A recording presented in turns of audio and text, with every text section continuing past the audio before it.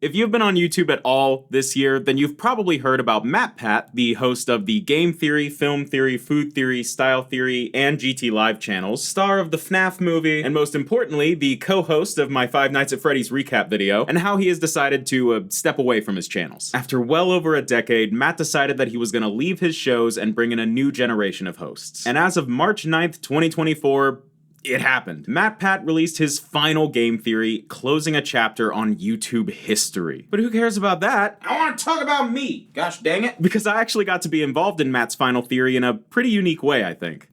Spoilers, I guess, for a YouTube video. But in Matt's last Game Theory, near the end, he's like getting into his last monologue and then transitions into a compilation of a bunch of fans saying his classic catchphrase. But hey, that's just what I think. I don't know. You know it. And then the camera pans across all four of the brand new hosts for all of the different channels. You got Amy for Style Theory, Santi for Food Theory, Lee for Film Theory, and Tom for Game Theory. I'm gonna close this door.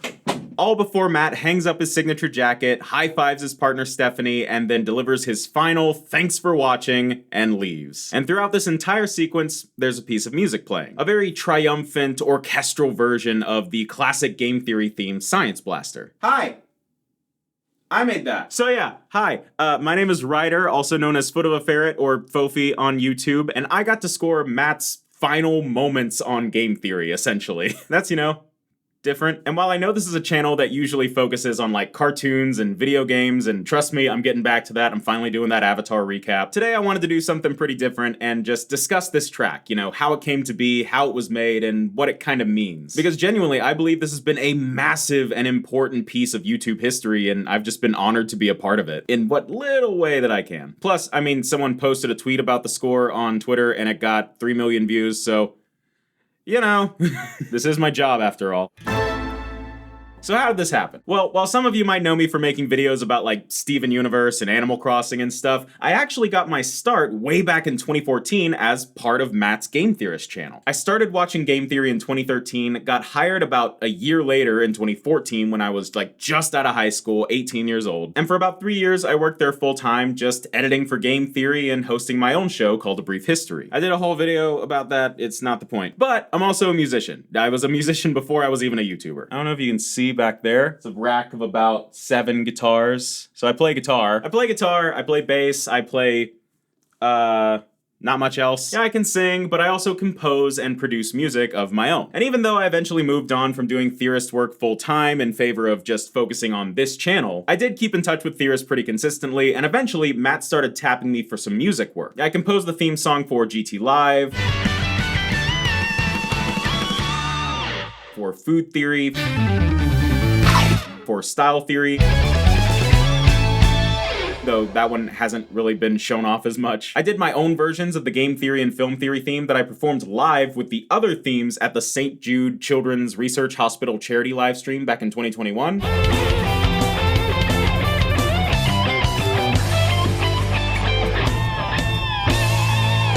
And at that point, I guess I had just kind of become like Theorist's de facto unofficial music guy. So about a week before the Final Theory was set to go live, Matt texted me and asked if I would be interested in making some music for it. He sent me the clip that I'd be making music for and said that he wanted like a triumphant, climactic, orchestral version of the Game Theory theme to underscore the moment. You know the Game Theory theme, right? It's that one that goes...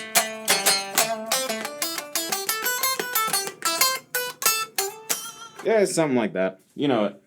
Well, it's actually a song called Science Blaster by an artist called Spelling Failure Music. And having been part of Theorist for so long, I knew this song like the back of my hand. So I immediately hopped into my studio, aka this guest bedroom. I got to work, and in a few days, I had a finished track. So first, let's give it a full listen, and then we can talk about it.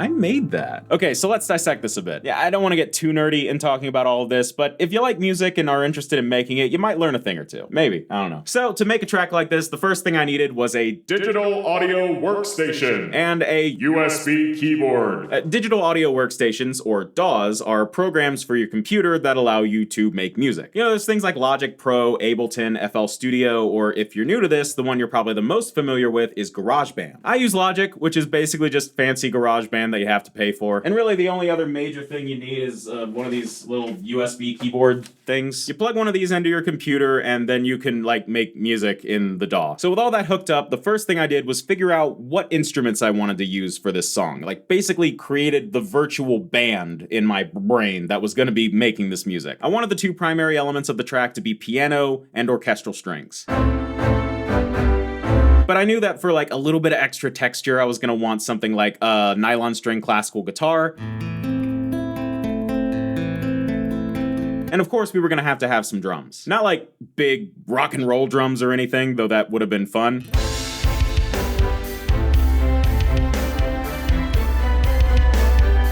But just like something to keep like the pace of the track moving. And with that settled, I started by just getting the basic melody of Science Blaster down. Verse and chorus in the right key, picking the right tempo, etc.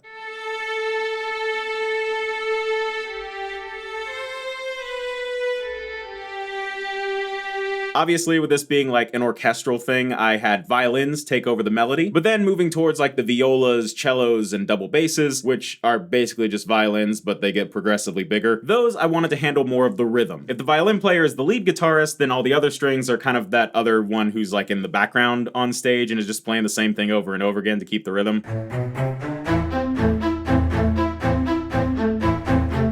Yeah, that kind of thing, you know? Rhythm guitarists. Similarly, the piano was just kind of playing basic chords and then matching what the violas were doing with this arpeggio, which is a chord split up into individual notes. So like instead of playing like, you're playing,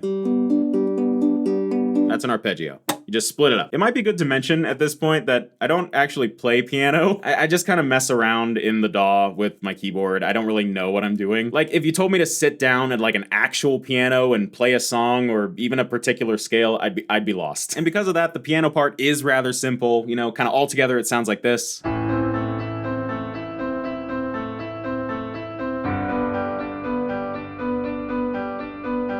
Right. Now, while I might not be much of a piano man, I am a guitar guy. I am literally obsessed with guitar. I have so many of them. This is one of my favorites. This is a Steve Vai Ibanez gem that was actually a gift from Matt, which is why I'm showing off this particular one, even though I have way too many. Look at that. Matt and Steph gave me this. Aren't they nice? It's not on the song, though. They don't get that much. I have too many guitars. I know way too much about guitars, but I also know when a guitar is not really necessary. I mean, we could have given this track like big heavy metal guitars and given it that like boss fight vibe.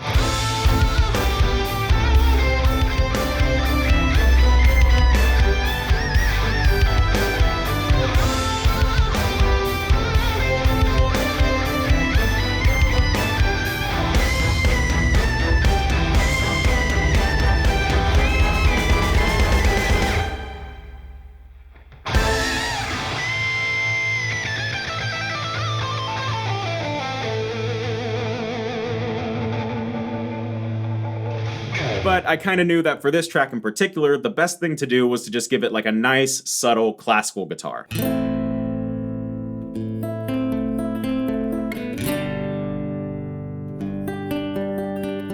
Honestly, you barely hear it, but the extra texture that it adds really just does kind of complete the vibe, especially on that last note. The way the guitar kind of like revs into it with the strum, I think it was perfect. The drums were easy. I didn't want it to be too much. Again, not like big rock drums or anything. So it's literally just one snare drum, just doing like one little marching beat with a roll in between it.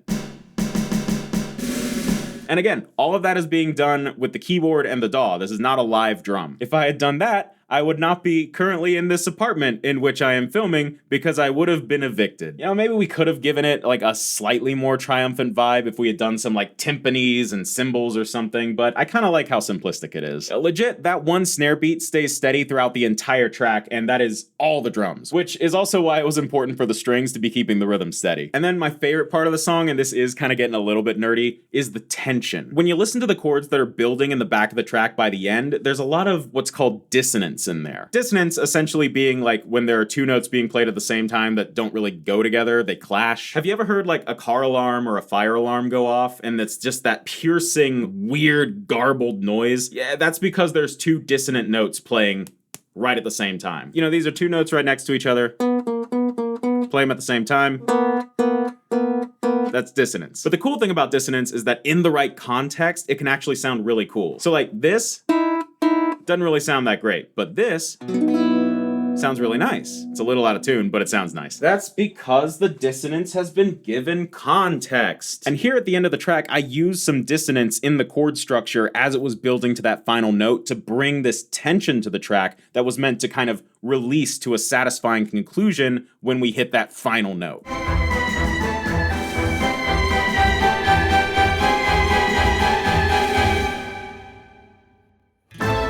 That's kind of the meat of the track, but you know, the intro is pretty unique. It's actually the only part of the song that's completely original and not taken from Science Blaster, at least besides the chord structure. I knew Matt wanted this track to be like hopeful and triumphant and epic, I guess, for a lack of a better word. I kind of hate using epic unironically now. He wanted it to have that like Avengers Assemble kind of vibe. We knew that we were making music for what was going to be perceived by the audience as a very sad moment, but we didn't want to lean into that sadness, you know? We knew people would be sad, but we didn't want to make this a sad moment. So when the actual Science Blaster theme does kick in, it gets a lot more hopeful and triumphant, all those words I said. But you know, I started out as a viewer of game theory as well. I started out as a fan. I could identify with how the audience was most likely going to be feeling in this moment. So I came up with this like slightly altered version of the chord progression, split it between like some flutes and a harp. Just kind of whacked down an oboe melody that I kind of made up on the spot.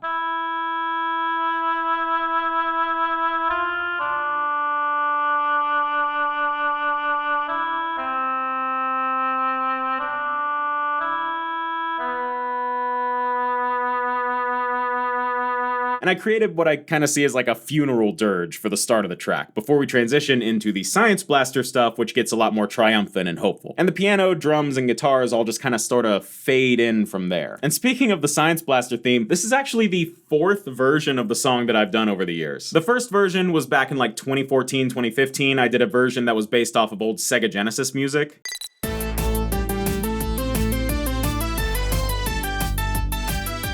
That one never got used for anything, but like I said, I did produce and perform a full rock band version of the track for the St. Jude Children's Research Hospital live stream a few years ago, and I also did kind of an old school jazz version, sort of on a whim, that actually made it into a couple of Bendy and the Ink Machine theories.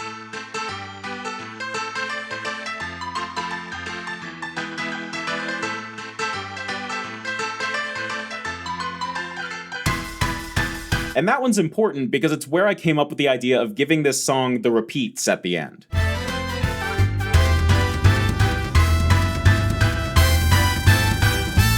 And when I started working on this orchestral version, I legit just added it without even thinking about it. It was just pure instinct. And I think it was a good call because it really gave the scene this sense of buildup that allowed the tension to grow. And during that section, as those last strings are repeating, you can really hear like our main violin like going off. But it's not actually a violin. And not in the way that it's like, oh, it's a synthetic violin using the keyboard. No, it's not a violin sound. It's actually a stock Logic Pro setting meant to recreate the sound of an erhu. I hope I'm pronouncing that right. Erhu. Which is a traditional Chinese instrument. It's kind of similar to a violin in that you play it with a bow, but it only has two strings and you hold it vertically and it's built completely differently. It kind of has this more like hoarse, kind of earthy sound to it. See, I don't play violin. I used to back in like middle school, but I don't now. And when you're working with like all MIDI instruments for a song like this, it can be hard to get a violin tone, like a solo violin tone that really has that organic, realistic tone to it that doesn't sound like a synth. But I always loved how natural and expressive this preset sounded.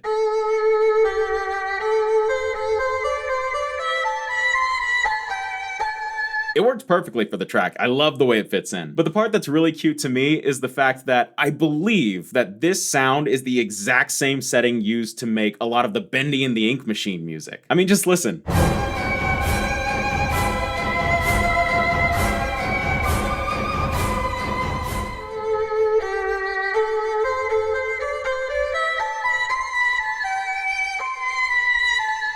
It's exact. It is 1-to-1. And I thought, you know, how fitting for the final Game Theory to have a nice little musical tie back to one of the Game Theory classics. I love Bendy and the Ink Machine. And that's basically the track. Of course, there's a lot more like nerdy stuff that I could get into, like with the mix and the production and the chain of effects and all that stuff. Everything had to be compressed and EQ'd and given like reverb and echo and things like that. All that junk, the mix and master. But I don't want to bore you with the technical talk. Is it the best produced track ever? No. Is it the best produced track I've ever made?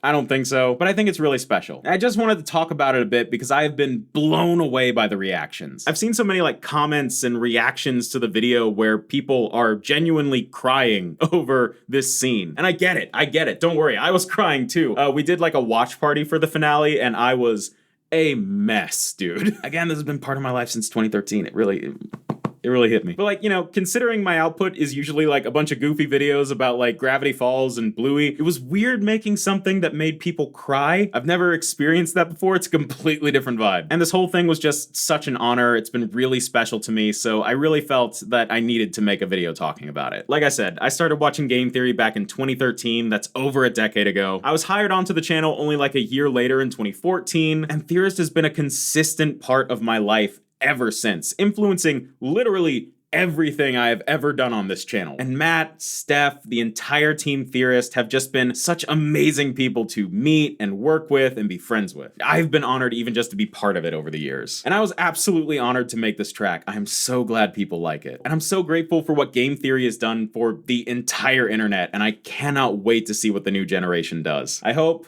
they need more music sometime. Anyway, thank you for indulging my nerdy little video about music. I never really get to make music-focused videos, and I kind of want to change that. Maybe not on this channel, but somewhere. But for now, that's about all I have to talk about for this, like, 2-minute track. And I gotta go write about the entire plot of Avatar: The Last Airbender now, so, yeah. Leave.